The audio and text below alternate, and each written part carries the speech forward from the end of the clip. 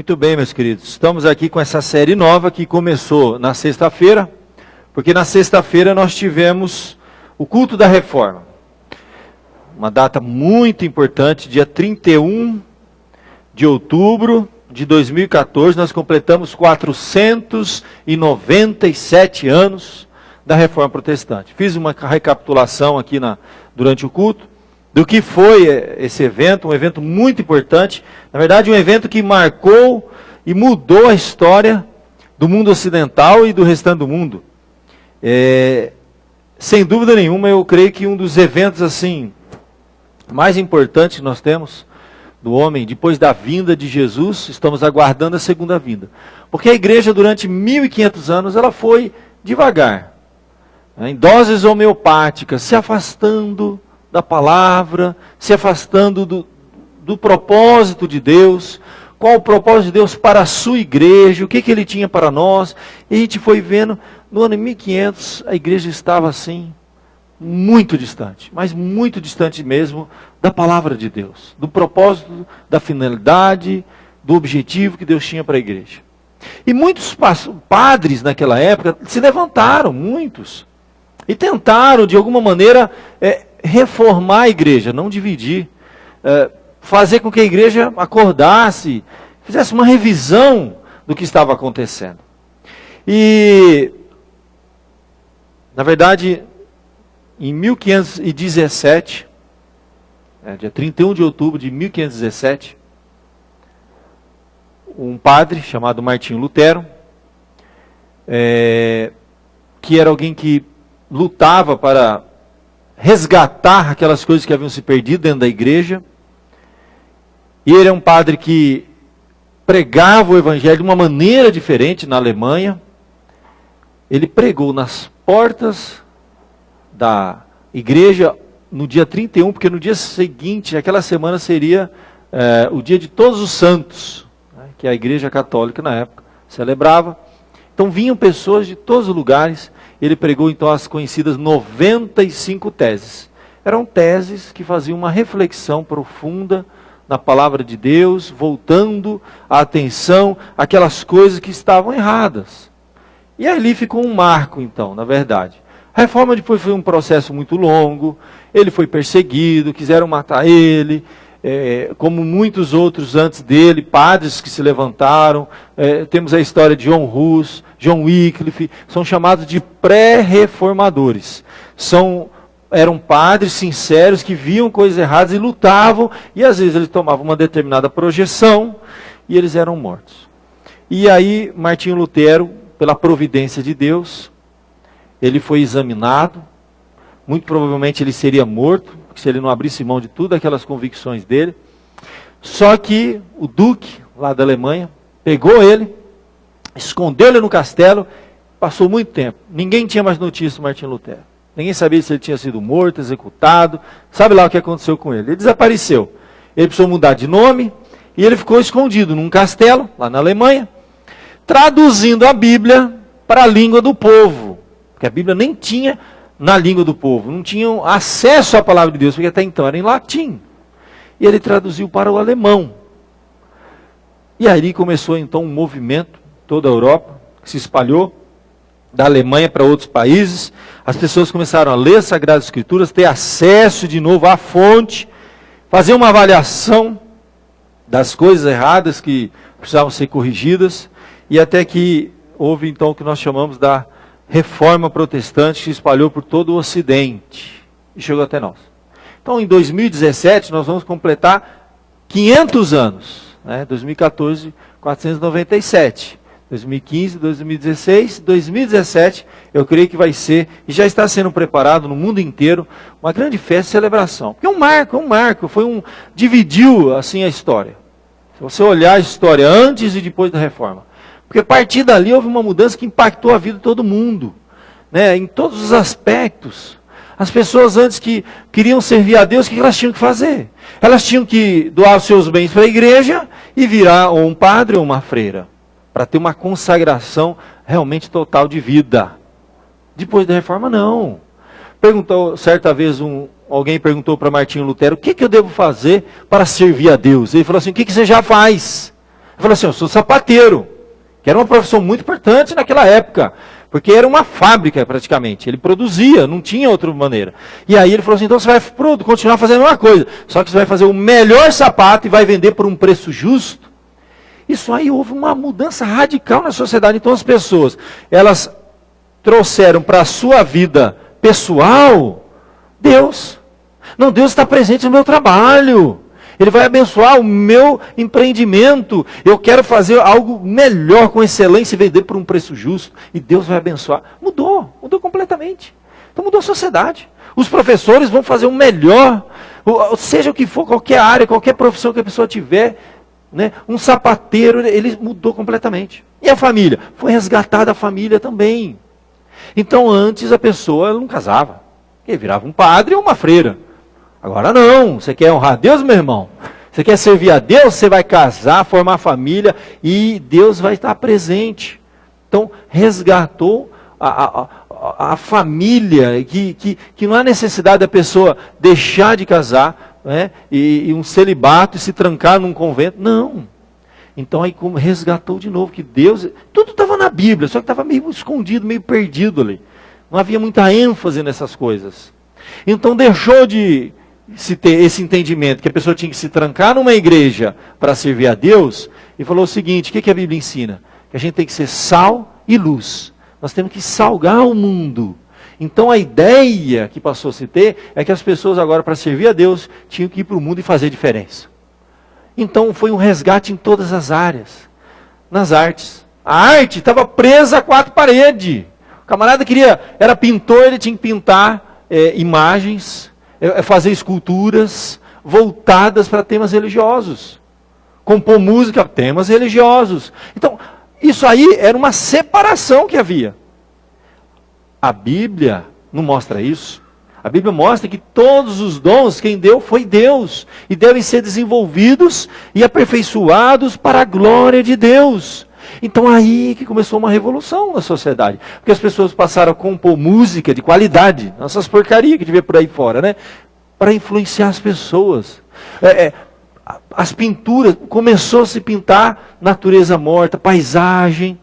Começou a se incentivar. Foi criado cursos de música na sociedade. Para que as crianças aprendessem a tocar, a compor. A história da literatura nunca chegou no auge, vamos dizer assim, da literatura inglesa, por exemplo, foi logo após a Reforma. Começou a se escrever poesia, romance, como nunca antes se escreveu. Por quê? Porque a igreja então falou, não gente, vamos produzir, vamos salgar o mundo. Vamos cumprir aquilo que Deus falou lá no início no jardim. Que a gente tem que o quê? Cultivar e guardar. Ou seja, nós temos que transformar esse mundo num grande jardim. A ideia de Deus é que nós devíamos estender esse jardim por todo o mundo. E a reforma, ela resgatou isso da igreja. Deus não está só dentro de um templo. Deus não está preso aqui, que aqui é Deus, lá fora é profano. Trabalho, não tem nada a ver. Não, Deus está em tudo. Então a ideia é que nós queremos, e o que a reforma resgatou é isso. Que a igreja, ela veio, está aqui, nós que somos igreja, para ser sal e luz no mundo. Para florir esse mundo, para transformar essa sociedade. Isso foi algo extraordinário que aconteceu. Isso há quase 500 anos, vem mudando completamente a sociedade, em todas as áreas. Na economia, na política. Naquela época, a igreja, ela tinha uma ideia errada, ela queria controlar o Estado. Tanto que houve separação, a gente diz que o Estado é laico, a igreja não tem que controlar. Mas a igreja continua fazendo o quê? Influenciando positivamente todas as áreas. Deveríamos influenciar mais na arte, na música, na política, na economia. Trazer luz para as pessoas que estão nas trevas. Essa que é a ideia, ser sal e ser luz. Então a igreja não controla, mas ela influencia. Tudo. A igreja influencia constantemente. A gente diz que a igreja é a consciência de Deus na terra. E a gente está constantemente, deve estar, não controlando como era no passado, né? A igreja romana, até a reforma, ela controlava tudo. Ela que mandava quem ia ser o rei, quem não ia ser o rei, e tinha que ser debaixo do bastão da igreja. A reforma tirou esse negócio, falou, não, a igreja deve influenciar. E o povo de Deus deve influenciar onde eles estiverem. E você, como filho de Deus, você é luz nas trevas. No lugar que você está, mas lá é tão difícil, o emprego é tão complicado, tudo pagão, eles falam palavrão, mente, é um ambiente horrível. Mas você está no lugar certo então. Porque precisa de luz nas trevas, precisa de luz no lugar que já está iluminado. E Deus então faz isso. E a reforma fez isso. Agora, comecei a mensagem na sexta-feira, está gravada, está editada, está na internet, pode assistir. Entra lá no blog do pastor, entra no canal do YouTube, entra no Facebook, entra nas redes sociais, você vai ver a mensagem de sexta-feira. Então vamos começar essa série aqui, olha. A série que é o legado da reforma. E hoje eu quero falar com vocês sobre um dos grandes legados. O primeiro dia eu falei sobre esse tema aqui. Na sexta-feira eu falei sobre isso aqui, ó. O justo viverá pela fé. Falei sobre a essência da salvação. Foi aqui que Martinho Lutero, lendo, ele entendeu que a salvação não é algo que a gente compra. Falei sobre a questão das indulgências, de tudo que está acontecendo, que isso aí foi o ponto, o start do negócio, entendeu? E aí começou a salvação pela graça em Cristo e foi uma transformação. Agora, o que aconteceu depois disso? Depois de entender que a salvação é pela graça, por meio de Cristo, e a igreja? Onde que a igreja fica? Qual a natureza e a finalidade ou o propósito da igreja? Esse é um ponto importante. Vamos abrir a nossa Bíblia lá, na primeira carta de Pedro, está aqui ó, capítulo 2, verso de número 9. 1 Pedro 2,9. Aqui você tem um texto que foi resgatado na época da reforma, muito importante. Ele tem ali a natureza e o propósito da igreja. Eu posso falar a natureza e a finalidade da igreja. Porque até então a igreja, ela não tinha ideia do que ela era e nem para que ela servia. Ela estava totalmente fora. Se a gente não compreender a nossa natureza como igreja que somos de Cristo, nós não vamos saber o nosso propósito. E a reforma resgatou a natureza da igreja e resgatou o propósito. Por que a gente está aqui no mundo? O que a gente tem que fazer? O que Deus quer da gente? Vamos lá. Então, aqui você tem a natureza e a finalidade da igreja. Vamos ler todos juntos? É um único versículo. A igreja me acompanha, olha lá.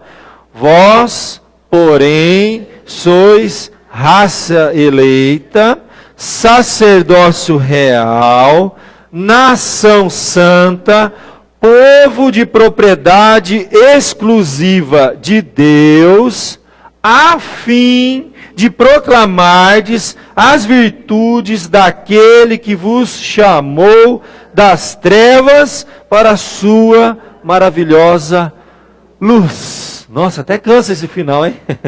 Que não tem verso. É um ponto só. A fim de proclamar as virtudes daquele que vos chamou das trevas para a sua maravilhosa luz. Quanta coisa linda que tem aqui. Vamos orar, gente. Vamos pedir a bênção de Deus para essa passagem. Ó Deus, nós te louvamos que a tua palavra é tão bela, maravilhosa, ela é rica, ela nos mostra o caminho. E agora num ponto tão importante, Senhor. A natureza e o propósito, a finalidade da igreja. A igreja somos nós, Senhor. Abençoe essa noite, dê-nos entendimento. O que é a igreja? O que o Senhor quer de nós, Senhor? E nos abençoe nesse momento, ó Pai. Dê-nos entendimento e discernimento da Tua vontade.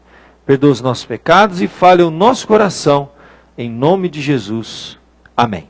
Muito bem, gente. Nós temos aqui um texto muito claro, muito rico, que fala justamente disso.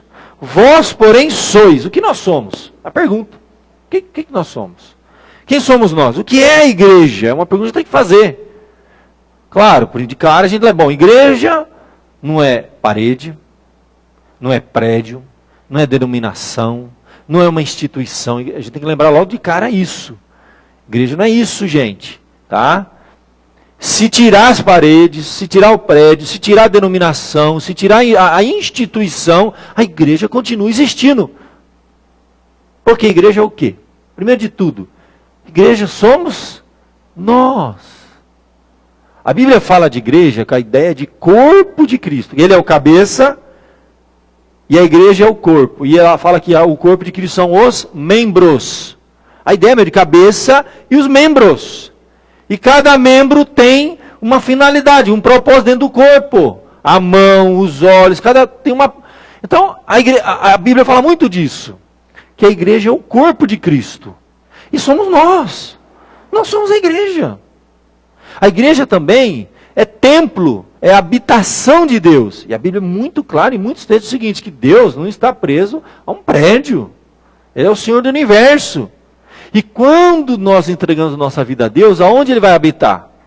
Onde é o lugar de habitação de Deus?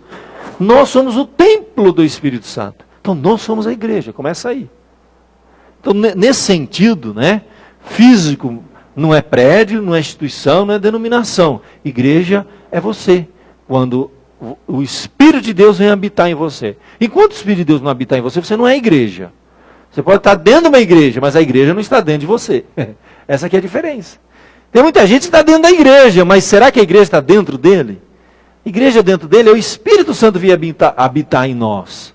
Isso é uma coisa básica, querido. Você pode ser membro da igreja, você pode ter nascido na igreja, ser batizado na igreja, você pode frequentar a igreja, viver e morrer dentro da igreja. Se o Espírito de Deus vir habitar em você, a igreja não está dentro de você. Você foi um igrejeiro, mas você não foi igreja. Ser igreja é o Espírito de Deus. E como que o Espírito de Deus vem habitar em nós? A Bíblia mostra muitos textos também. Tem um texto clássico para mim que diz assim: em quem vós estáis, depois que ouvistes a palavra da verdade, o evangelho da salvação, tendo nele crido, foste selado com o Espírito Santo da promessa. O momento que você crê, entendeu? Ouve o evangelho verdadeiro, genuíno, a palavra de Deus, crê na palavra de Deus, o Espírito Santo te sela. Você passa a ser igreja. A Bíblia também nos mostra algumas distinções interessantes, que os teólogos, para ficar mais fácil para a gente entender, eles dividiram em igreja militante e igreja triunfante. É muito interessante isso aí. Militante, já pensa em militar, né? Mas a ideia é que está militando, está aqui na terra. A igreja militante são aqueles que estão aqui hoje, vivos, templo do Espírito Santo, igreja de Cristo aqui na terra, igreja militante. E o que é a igreja triunfante? Aqueles que ainda não, aqueles que já partiram, que já não estão mais entre nós. É a igreja triunfante que a gente fala. Conforme você parte desse mundo, você continua sendo igreja, mas não mais militante. As suas obras cessam. O seu labor, o seu trabalho, as suas preocupações, toda a sua ligação com esse mundo cessa. Mas você continua sendo igreja de Cristo. Nós dizemos que é a igreja triunfante. Então existe, a igreja de Cristo, ela tem esses dois aspectos. Militante somos nós, está vivo, está aqui, está militando. Está militando pelo trabalho, pela obra de Deus, está servindo a Cristo. Você é luz, você é sal, está enfrentando as lutas aqui, as provações. O inimigo quer te derrubar. Nossos inimigos nós sabemos que é Satanás, a carne, o mundo e o diabo, né? O inimigo quer desviar o seu caminho, quer derrubar você, quer destruir sua vida. Mas você é igreja de Cristo. Você é mais do que vencedor. Nada poderá te separar do amor de Cristo. Enquanto você estiver aqui, você está militando. Você partiu desse mundo, você continua igreja. Agora já não é militante, é triunfante. Essas e muitos outros aspectos eu poderia abordar da natureza da igreja. Mas o texto aqui ele é muito específico. Ele vai nos dar aqui pontos interessantíssimos sobre a natureza. Vós sois. Ele está definindo o que eu sou. O que eu sou? Aí a primeira coisa que ele vai falar, olha lá, olha que coisa linda que esse texto diz assim, ó. Vós sois, primeiro, raça eleita, sacerdócio real, nação santa, povo de propriedade exclusiva de Deus. Então, vós, porém, sois. O que eu sou? Quando o Espírito vem habitar em mim, eu me torno igreja de Cristo.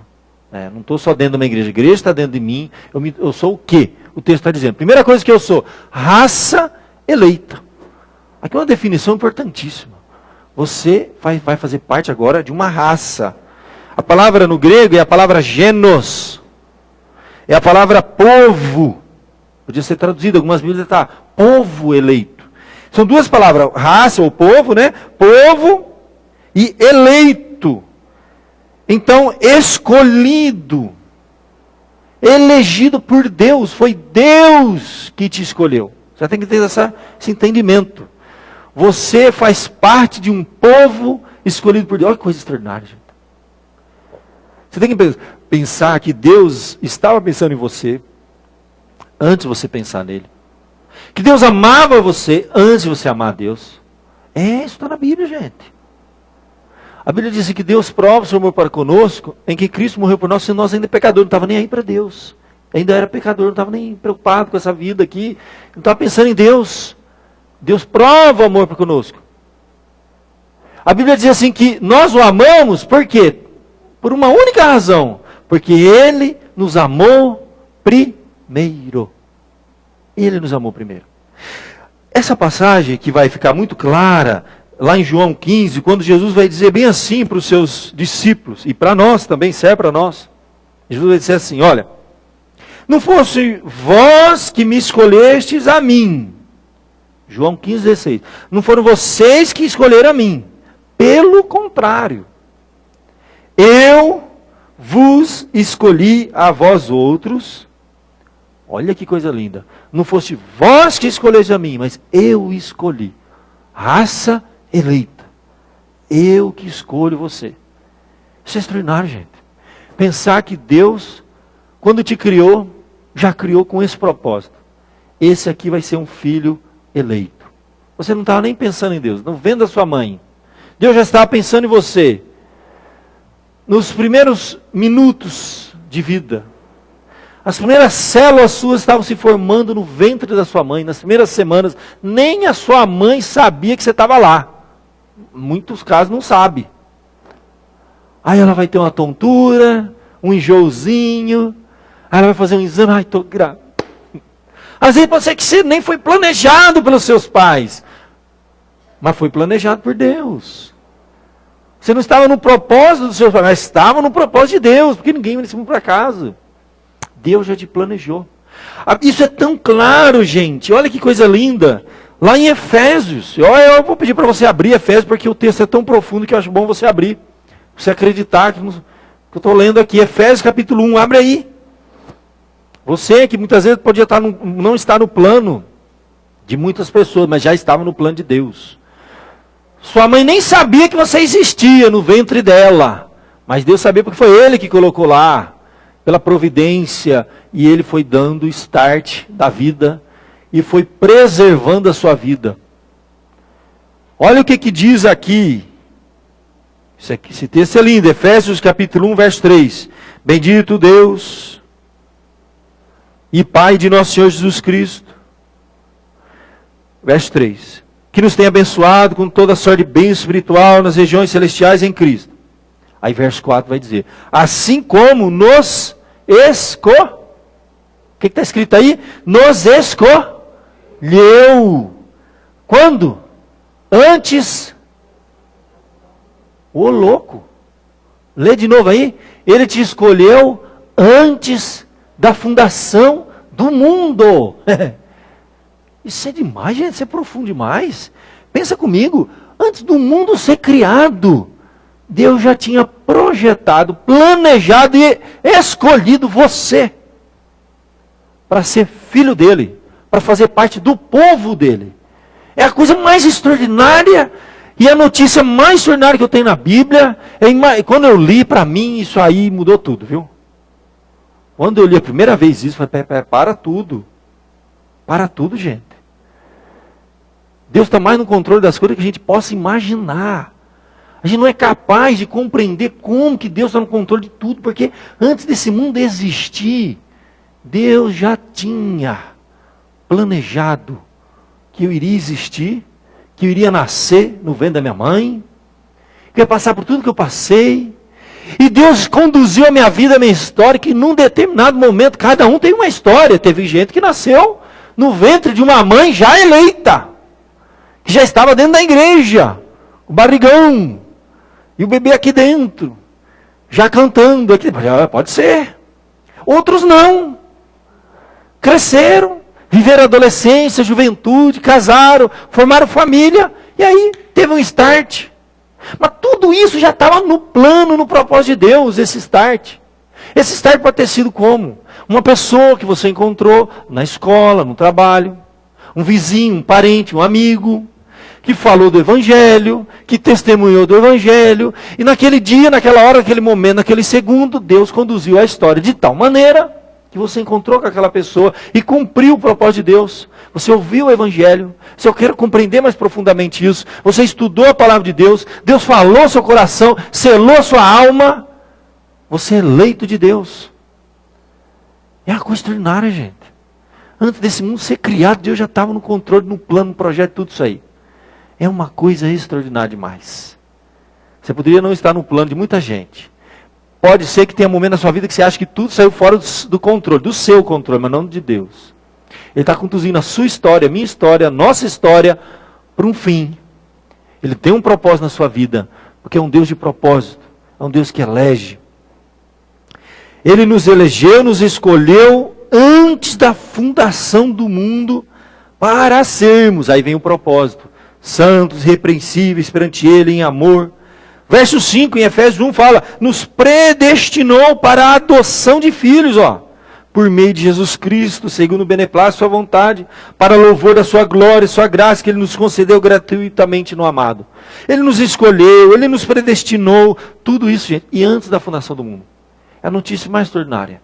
Você está fazendo parte agora de um povo, de uma raça eleita por Deus. Dentre a humanidade.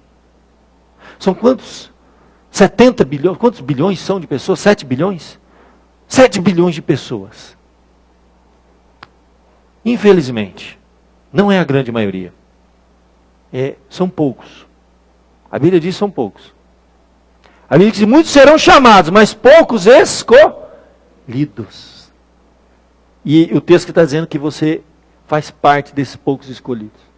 Sabe, a verdade é que a nossa natureza humana nos impede, entendeu? De compreender, às vezes, a dimensão do que isso significa.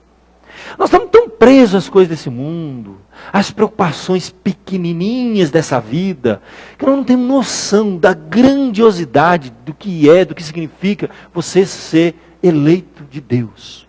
Diante da fundação do mundo, Deus pensou em você, no seu nome, nas suas características, planejou a família que você iria nascer, preservou a sua vida tão frágil, até que você chegasse, hoje aqui estivesse ouvindo a palavra de Deus, o Evangelho, entregar sua vida a Cristo, e fosse realmente, e passasse a fazer parte deste povo eleito, dessa raça eleita.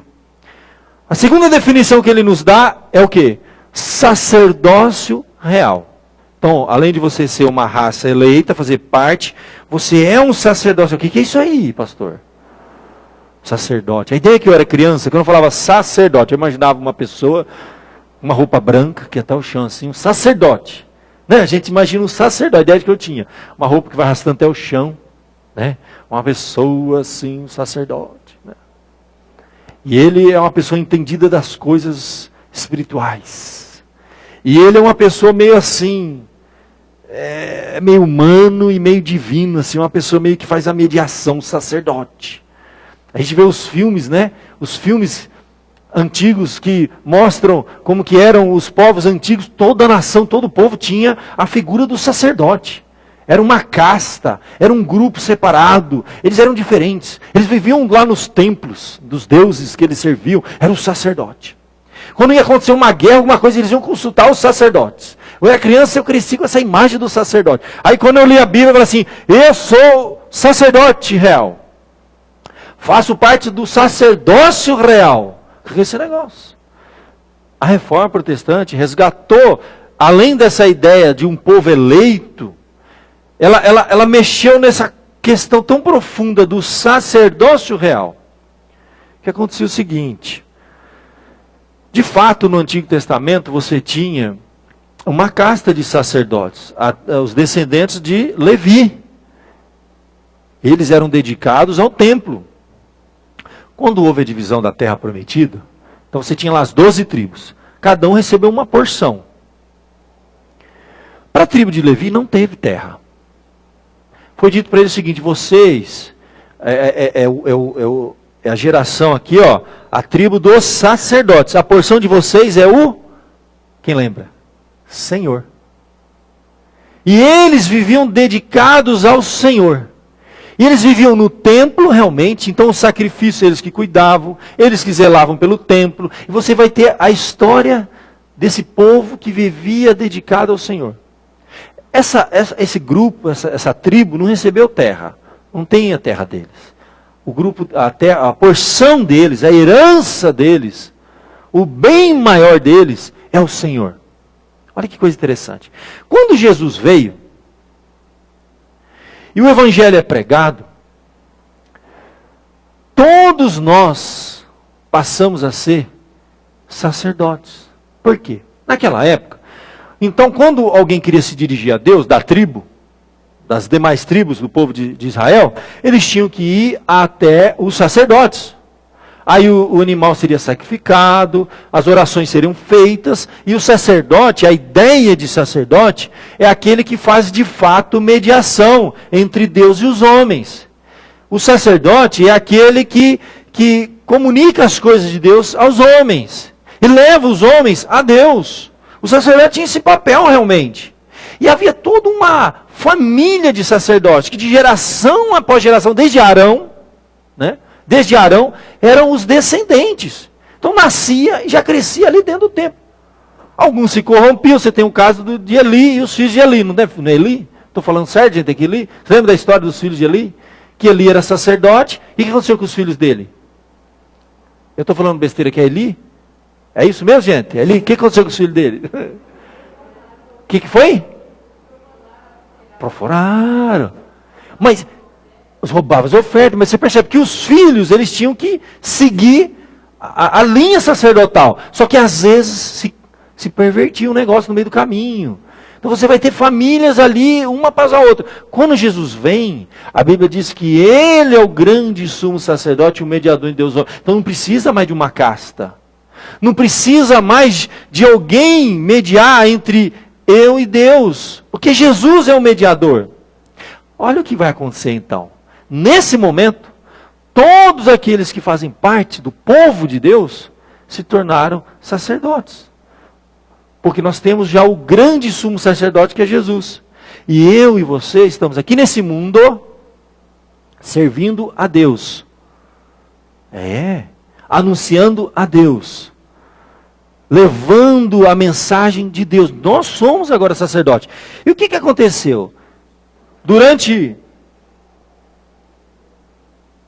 os primeiros séculos do cristianismo, logo após a vinda de Jesus, essa ideia de sacerdócio, ela ficou muito claro para eles que todos agora deviam servir, entendeu? Não havia um grupo de sacerdotes mais importantes no meio do povo de Deus. Todo o povo agora igual diante de Deus, todos iguais. Nós lemos aqui ainda agora que não é grego, cita tudo, homem, mulher, tudo igual diante de Deus. E o mediador é Jesus. E nesse sentido nós estamos servindo a Deus, somos todos sacerdotes, estamos servindo a Deus. Tá? E vai acontecer uma coisa, nos primeiros séculos ficou claro para todo mundo, isso aí. Só que os séculos foram se passando, lá pelo ano 500, ano 800, ano 1000, no ano 1517, quando houve a reforma protestante, já havia se embutido dentro da igreja de novo a casta de sacerdote. Eram pessoas que não casavam, não formavam família, viviam dedicados ao templo de novo. Voltou aquela coisa que já tinha passado lá do Antigo Testamento. E de fato eles resgatam muita coisa lá do Antigo Testamento. São os sacerdotes. E aí criou de novo dois grupos dentro da igreja. Um grupo mais, os sacerdotes. Esse aqui é a casta. E o povão. E para chegar em Deus, tinha que de novo passar pelos sacerdotes. O que aconteceu com a reforma protestante? Ela simplesmente voltou às escrituras em todos os pontos. Um dos pontos foi esse. Que ela resgatou o que é chamado sacerdócio universal de todos os santos. Santo aqui você pode riscar e colocar filhos de Deus. Todo o povo de Deus. Todo esse povo, essa raça, o texto está dizendo que todo o povo de Deus é sacerdote de Deus. Não tem mais uma casta. Nas igrejas reformadas, o pastor, ele não é um sacerdote superior aos membros da igreja. Não há essa ideia. Simplesmente todos nós somos filhos de Deus. A gente chama de sacerdócio universal de todos os filhos de Deus. E cada um de nós, é o que eu ensino aqui nessa igreja. Quem se torna membro da igreja vai fazer um discipulado comigo, vai ensinar isso. Vai descobrir o seu dom, porque agora somos o corpo. O cabeça é um só, que é Cristo. E cada um tem um dom. Cada um tem um dom. Um vai ter o dom de servir na diaconia, outro vai ter o dom de cantar, outro vai ter o dom de pregar. Outro... É dom, é simplesmente isso. Pode ser que tenha outros aqui com dons para pastor. Pode ser que o filhinho da nossa irmã aí, ó, que veio aqui, a gente orou com ele, ele tem um dom para pastor, André. Vai preparando, quem sabe. Amém. Ele falou, amém. Deus pode tocar no coração dele. Ele vai virar um pastor. Vai continuar a mesma coisa. O dom dele é esse. Pode ser que o outro aqui tenha dom para pregar. E pode ser que não seja para ser um pastor, mas vai ser um pregador leigo, vai estudar a Bíblia, vai falar de Deus, como muitos irmãos aqui pregam, ensinam. Então, sacerdócio universal, todos nós servimos a Deus dentro da igreja. Até uma criança está servindo a Deus. Por isso que no sistema presbiteriano, por exemplo, você tem departamento infantil, e as crianças teriam que desenvolver os seus dons. O certo era a gente ter o CP, por quê? Porque lá a criança vai compreender como que funciona, liderança, eles vão organizar, aí a UPA, os adolescentes, os jovens, então é tudo normal, todo mundo aqui é igual, não tem diferença não. Somos todos sacerdotes de Deus. Por que real? Porque nós servimos ao rei. E no reino dele. Então todos nós somos chamados para sermos sacerdotes, tá? E vamos servir a esse rei. Lá, aqui mesmo, na primeira carta de Pedro, olha que coisa linda. Nós lemos no capítulo 2, verso 9. Vós, porém, sois raça eleita, sacerdócio real. No capítulo 2, se você voltar um pouquinho só, no verso 4, olha o que está escrito aí. Se você tiver com a Bíblia aberta, capítulo 2, verso 4.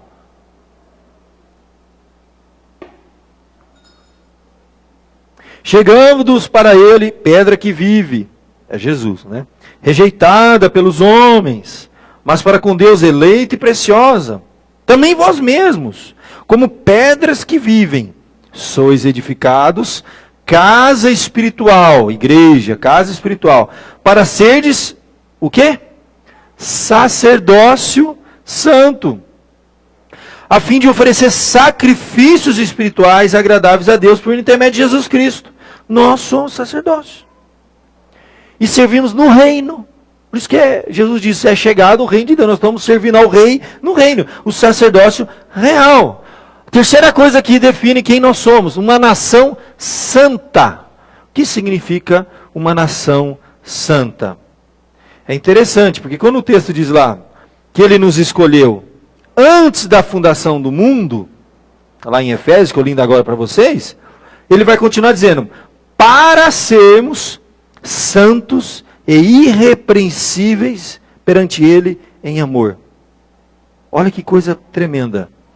O texto vai dizer que Deus nos separou desse mundo. Aí sim a ideia de santo. O que significa o termo santo? Santificado, ou santificar alguma coisa, significa simplesmente separar para um uso exclusivo. É isso. Quando Deus, lá no Antigo Testamento, lá no livro de Levítico, que falava do sacerdócio, de como que eram os sacrifícios, todos os objetos que eram usados no sacrifício, tudo que tinha lá, tinha que ser santificado. O que era isso? Separado para uso exclusivo. Nesse sentido, nós, quando somos chamados por Deus e nos tornamos nação, raça eleita, sacerdócio real e uma nação santa, significa o quê? Que nós somos separados por Deus para um uso exclusivo. Separado por Deus para um uso exclusivo. Por isso que a ideia que você vai ter agora é que eu estou servindo a Deus. Eu não sou mais desse mundo. A Bíblia vai deixar claro isso. Você está no mundo, mas você não é do mundo. Você está vivendo nesse mundo, você deve transformar, ser sal, ser luz, fazer diferença no mundo. Mas lembra, filho, você não é desse mundo. Jesus orou e disse, não peço que os tires do mundo, mas que o livre do mal. Eles não são do mundo, como eu também não sou do mundo. Você não é mais desse mundo. As suas expectativas não podem ser iguais de uma pessoa morta espiritualmente, separada de Deus, que pertence a esse mundo, nasce, vive e morre para esse mundo. Porque você foi separado com uma propriedade exclusiva de Deus. Então por isso que a gente se separa de algumas coisas desse mundo. Algumas ansiedades que esse mundo traz, a gente tem que deixar de lado, porque nós temos uma expectativa diferente da vida. O Filho de Deus, ele tem uma visão mais ampla das coisas. Ele não é um tapado, cego. Ele vê as coisas de uma maneira mais profunda, espiritual. Ele não pertence mais a esse mundo. Nós somos, então, uma nação separada. É por isso que nós nos santificamos. Nos separamos para uso exclusivo, para servir a Deus. Isso é fato. Você vem na igreja, você ora, você confessa seus pecados, você quer despir do velho homem, daqueles velhos hábitos, revestir de novo. Por quê? Porque você está se desligando desse mundo já, meu querido. O cristão é o único que, ainda vivo, com muita saúde, ele começa a se desligar desse mundo. Porque geralmente quem começa a se desligar desse mundo quando está morrendo na cama doente, eu estou morrendo, vou desligar de tudo, vou acabar, vou abandonar. Não, meu cristão não. Eu tenho muitos anos de vida aqui, mas já estou me desligando. Porque ele tem consciência, ele tem a visão, ele tem um chamado. Nós não somos desse mundo, a Bíblia declara, a nossa esperança não está aqui, mas em novos céus e nova terra, onde habita a justiça. Então eu uso desse mundo, eu usufruo desse mundo, mas eu não sou desse mundo. A minha esperança não está nesse mundo. Eu não tenho a mesma expectativa de alguém do mundo. Esse sentido, sim. Não quer dizer que eu vou me trancar numa igreja. Não, pelo contrário. Eu vou ser diferença lá no mundo. Eu vou trabalhar, vou estudar, vou viver na sociedade, vou usufruir das coisas do mundo sem nenhum problema. Mas com essa... Eu não pertenço a esse mundo. A esperança está aqui. Isso aqui é uma ponte, gente. E ninguém constrói, né, algo permanente, definitivo numa ponte. É passagem. A gente passa a ter uma visão totalmente diferente da vida. A gente leva a vida com mais leveza. Deveria, né? Mas a gente é humano, a gente às vezes sofre mais do que o povo do mundo. Porque tem gente do mundo que é mais zen que a gente, né? E a gente se descabela todo com as coisas dessa vida. E a Bíblia é clara, filho, não se embaraça com as coisas desse mundo. Não se perde.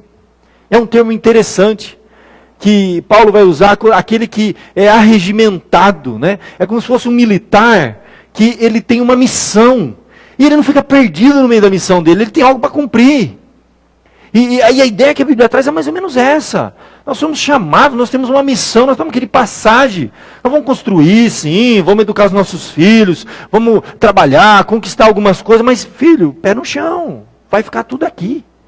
Não morre por essas coisas não, velho. Seu trabalho vai ficar aqui, os bens que você construir vai ficar aqui, tudo vai ficar aqui, porque você não pertence a esse mundo. E nós somos os únicos que ainda cheios de saúde, com muitos projetos, e tem que ter projetos, nós temos a consciência lá no fundinho, filho, eu já estou me desligando dessa vida. Aquela história de jabuticaba. O camarada recebeu uma bacia de jabuticaba, ele comia que não estava nem aí. De repente ele olha, está acabando. Tenho menos jabuticaba do que eu tinha. Menos da metade, está no fim. Então ele passa a ter uma visão diferente das coisas. Ele vai comer a jabuticaba, mas ele come saboreando. Já meio que sabendo, consciente que vai acabar. Você vai ver esse mundo, você vai saborear. Você vai louvar a Deus pelas coisas boas que Deus te dá nessa vida. E a Bíblia fala sobre isso. Fala sobre a família, sobre esposa, sobre filhos, sobre cônjuge. São bênçãos de Deus. O que são filhos? São heranças de Deus. Quem encontra um cônjuge, uma esposa, a bênção do Senhor. São bênçãos que Deus nos dá aqui. Bênçãos também materiais, bênçãos materiais que Deus nos dá, que a gente conquista, que coisa gostosa, a gente comprar alguma coisa, arrumar nossa casinha, arrumar a sala, né? Esse dia eu estava arrumando um lustre lá, vamos arrumar o lustre, vamos montar, pintar uma parede, colocar um quadro, a gente tem que fazer tudo, curtir esse mundo, mas com senso, filho, que vai ficar tudo aqui. E a gente não se perde com esse mundo, não é esse mundo que manda na gente, que influencia a gente que tem que influenciar o mundo e ser luz e ser sal nesse mundo. Porque esse mundo já está condenado. A Bíblia diz que ele vai queimar no fogo eterno. Olha para tudo que você tem e fala assim, que tudo vai queimar no fogo eterno. E vai mesmo. Deus vai mandar descer fogo nesse mundo. Vai ter o juízo final. A nossa terra não está aqui, filho. Fica em paz. Não fica com medo, não, viu? Você vai estar longe daqui quando o fogo descer. Espero, né? Mas a gente tem que ter essa consciência, gente. Não tem como. E por fim, por isso que ele fala, nação santa, separada para uso exclusivo. Ele vai dizer propriedade exclusiva de Deus. Você pertence a Deus, filho. Agora vem para mim um tema que fecha essa primeira parte assim, ó, com chave de ouro. Você é menina dos olhos. Você é propriedade exclusiva, ninguém te toca, se Deus não permitir. E Deus permite porque Ele tem algum propósito. Como permitiu na vida de Jó. Tocou na vida de Jó só porque Deus falou, vai lá e toca. Mas não tira a vida dele. Você é propriedade exclusiva de Deus. Você foi comprado. E a Bíblia diz que não foi com ouro nem com prata. Você foi comprado com o quê? O sangue de Cristo. E sabe, naquela época, a ideia de ser comprado e pertencer é o seguinte. Você vale quanto o seu senhor, naquela época, te desse. Se o escravo fosse comprado por 30 moedas de prata, que era o mais ralim que tinha, ele valia 30 moedas de prata. Se ele for comprado por 100, está valendo 100 agora, pagaram 100 nele. Deve ser bom isso aí, né? For comprado com 500 moedas de prata, vale 500 moedas de prata. Jesus está dizendo o seguinte, filho. Nem todo o ouro do mundo vale mais que a sua alma. Sabe por quê? A Bíblia diz que adianta ganhar o mundo inteiro e perder a sua alma. Você foi comprado pelo que existe de mais precioso no universo, pelo sangue do Filho de Deus. O Filho do Criador do universo morreu para te comprar. Você passa a ser agora propriedade exclusiva. Povo de propriedade exclusiva de Deus. Você pertence a Deus. Você é dele, ninguém mais pode te tirar das mãos dele. Jesus fala, o que vem a mim, ó, de maneira nenhuma lançarei fora. Nada pode nos tocar mais. A Bíblia vai dizer em Romanos que nada poderá nos separar do amor de Deus. Propriedade exclusiva de Deus. Mesmo Pedro, ele que vai falar isso na primeira carta, capítulo 1, quando diz assim, olha gente, ora, se você invoca como Pai aquele que sem acepção de pessoas julga segundo as obras de cada um, portai-vos com temor durante o tempo da vossa peregrinação. Nós estamos peregrinando aqui, estamos passando, está acabando o tempo. Não sei quanto tempo eu ainda tenho. Está peregrinando, com temor, sabendo que não foi mediante coisa corruptível, como prata, ouro, que você foi comprado, resgatado o vosso fútil procedimento. Mas você foi comprado, ele fala, pelo precioso sangue, como de um cordeiro sem defeito, sem mácula, o sangue de Cristo. Conhecido antes da fundação do mundo, mas manifestado no fim dos tempos, por amor de vós. Eu fui comprado pelo sangue de Cristo. Um valor inestimável. O mundo inteiro não vale uma alma. Uma alma vale mais que o mundo inteiro. E você foi comprado pelo sangue de Cristo. Você é filho de Deus, propriedade exclusiva. Então, o que é a igreja?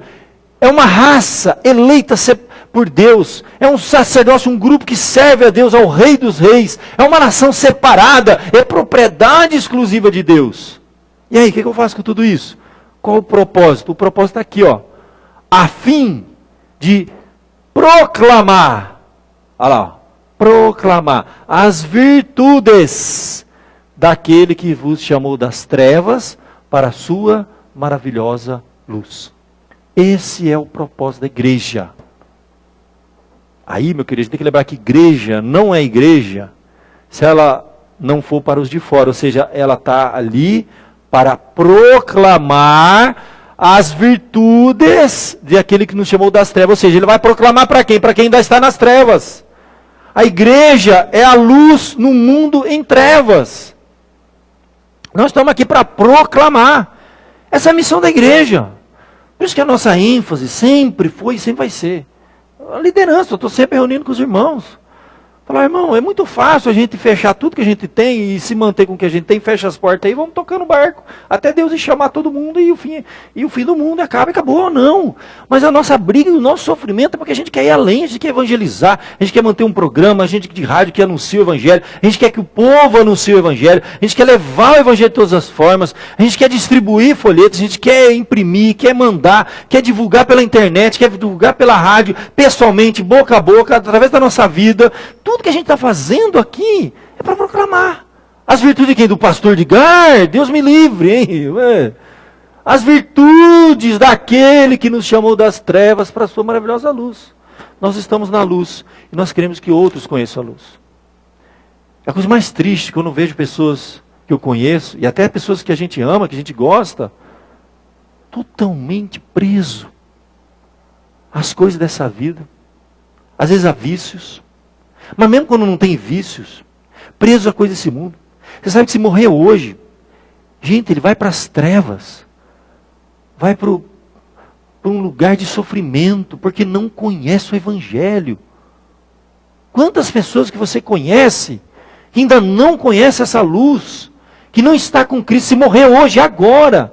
Às vezes é gente que você ama, às vezes é um parente, às vezes é um filho, às vezes é um pai, uma mãe.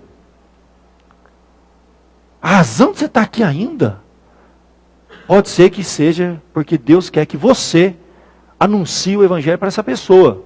E tem 1000 formas de anunciar, viu? Não adianta chegar em casa agora que você vai se converter, senta aí. Né? Senta aí que você vai se converter agora. Se você morrer, você vai para o inferno. Não é assim que funciona. Igual aquele missionário que foi pregar o Evangelho numa tribo, o primeiro que se converteu foi o chefe da tribo lá, o cacique. Aí ele explicou o Evangelho, falou o seguinte, filho, agora todos têm que ouvir o Evangelho, se converter, vamos levar toda a tribo para Cristo. Né? Porque se morrer agora, vai para o inferno, porque a salvação é Cristo, não é outra coisa. Aí o cacique, não, deixa comigo, pode deixar. Entrou lá na oca dele, lá, saiu com o chicote na mão, pá, reuniu todo mundo, falou, agora todo mundo entregando a vida para Cristo, entendeu? Com o chicote na mão. O missionário, não, gente, não é assim. E explicou que não é assim. Não é nem pela força, nem pela violência, pelo Espírito. Muita oração, gente. Oração, você tem que olhar para aquelas pessoas e falar, eu preciso pregar o Evangelho para essa pessoa. Deus colocou na minha vida essa pessoa. Você não tem um membro na sua família que não conhece o Evangelho ainda? A missão sua é levar o Evangelho a essa pessoa. Quantos filhos e netos aqui, meu irmão? De gente que está aqui nessa igreja que não conhece o Evangelho. Que vive para esse mundo, está iludido. Iludido com esse mundo, gente. Todos nós temos aqui. Vive para esse mundo. Que Deus tenha misericórdia. Vamos orar por essa alma. E investir tempo. Sabe? Primeiro você tem que estar bem com Deus. Primeira coisa, acerta a sua vida. Consagra a sua vida a Deus. E deixa que Deus use para que você seja um instrumento. Uma finalidade é essa. Levar o Evangelho para outros. Para que outros conheçam. Jesus disse, não fosse vós que escolhestes a mim. Pelo contrário, eu vos escolhi. Acabamos de ler em João 15. Ele termina dizendo, eu vos escolhi e vos designei para que vocês vão e deem fruto e o vosso fruto permaneça. A fim de tudo quando pedir ao meu Pai em meu nome, Ele vos conceda. Vamos fechar os nossos olhos. Eu quero orar por essas pessoas que ainda não conhecem. A finalidade da igreja é essa, gente. Ó, a igreja não é um prédio, uma instituição, a igreja somos nós. E a natureza mostra que quem nós somos e o propósito mostra para que nós existimos. Pense em alguma pessoa, do seu convívio, do ambiente de trabalho, do lugar onde você mora, da sua família, que ainda não conhece o Evangelho. E vamos orar por essa pessoa. Para que ele seja tocado por Deus. Ore por ele e evangelize. Peça a Deus, Senhor, coloque a palavra na boca. Me dê oportunidade, lugar na hora certa. Assim como alguém foi usado por Deus para que você fosse tocado pelo Evangelho. Porque você está aqui hoje. Que Deus use a sua vida para que outros sejam tocados também. Vamos orar. Ó Pai, nós te louvamos porque a tua palavra nos mostra quem somos e para que existimos.